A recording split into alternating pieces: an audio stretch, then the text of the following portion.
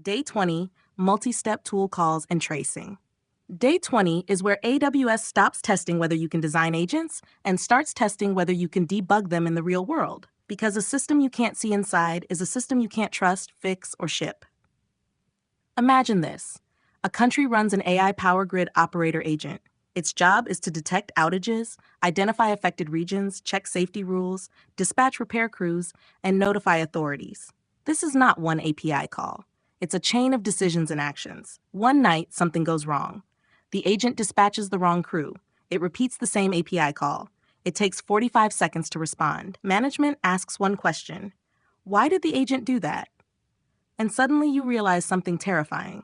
Without tracing, you have no idea. Let's make this clear. Multi-step tool calls mean the agent is calling multiple tools in sequence, where each result changes what happens next. This is not a static workflow. This is not a batch job. This is not parallel execution. It is dynamic, stateful, and decision-driven. And that's exactly why it breaks in surprising ways. Here's a simple example. A user says, "Restore power to the affected suburbs." The agent does not solve this in one step. It calls a tool to detect the outage, then a tool to find affected regions, then a tool to check safety rules, then a tool to dispatch a repair crew, then a tool to notify authorities. Each step depends on the previous one. If step 2 is wrong, everything after it is wrong. This is why multi-step agents are powerful and dangerous at the same time.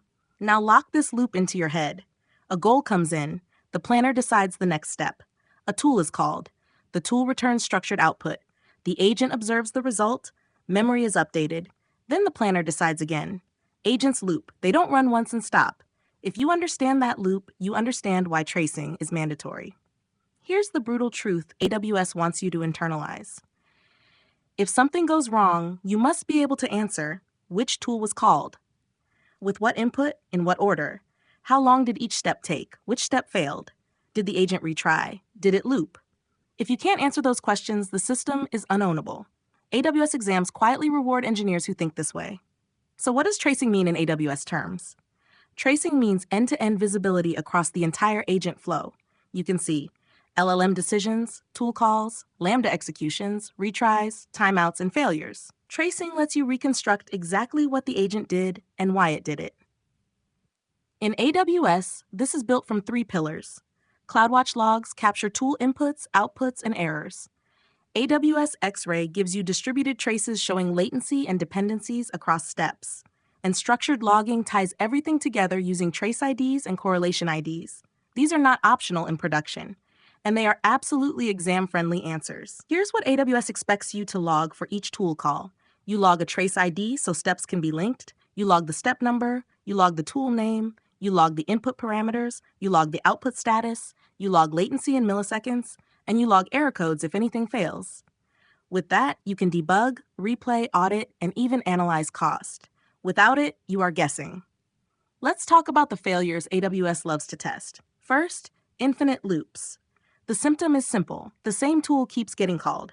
The cause is almost always the same. Memory isn't updated, or the tool result is ignored. The fix is not a better prompt. The fix is updating memory after each step and enforcing a maximum number of steps. Second, slow responses. The agent takes too long. This usually comes from too many steps, slow tools, or no streaming. The fix is to stream partial responses, cache tool results, and reduce unnecessary steps. AWS wants you to optimize architecture, not just models. Third, wrong actions. The agent executes the wrong tool.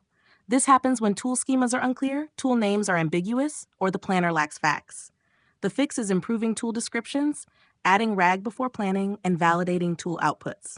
Again, not a bigger model. Here's something subtle AWS loves. Tracing is not just for debugging. Tracing also shows you which steps cost the most, which tools dominate latency, and where token usage spikes. If the exam asks, how do you identify bottlenecks in an agent? The answer is not guessing. The answer is tracing in logs. Now watch for the traps. Do not use a bigger model to debug behavior. Do not add more prompts to understand failures. Do not rely on chat history as tracing. None of those give you observability.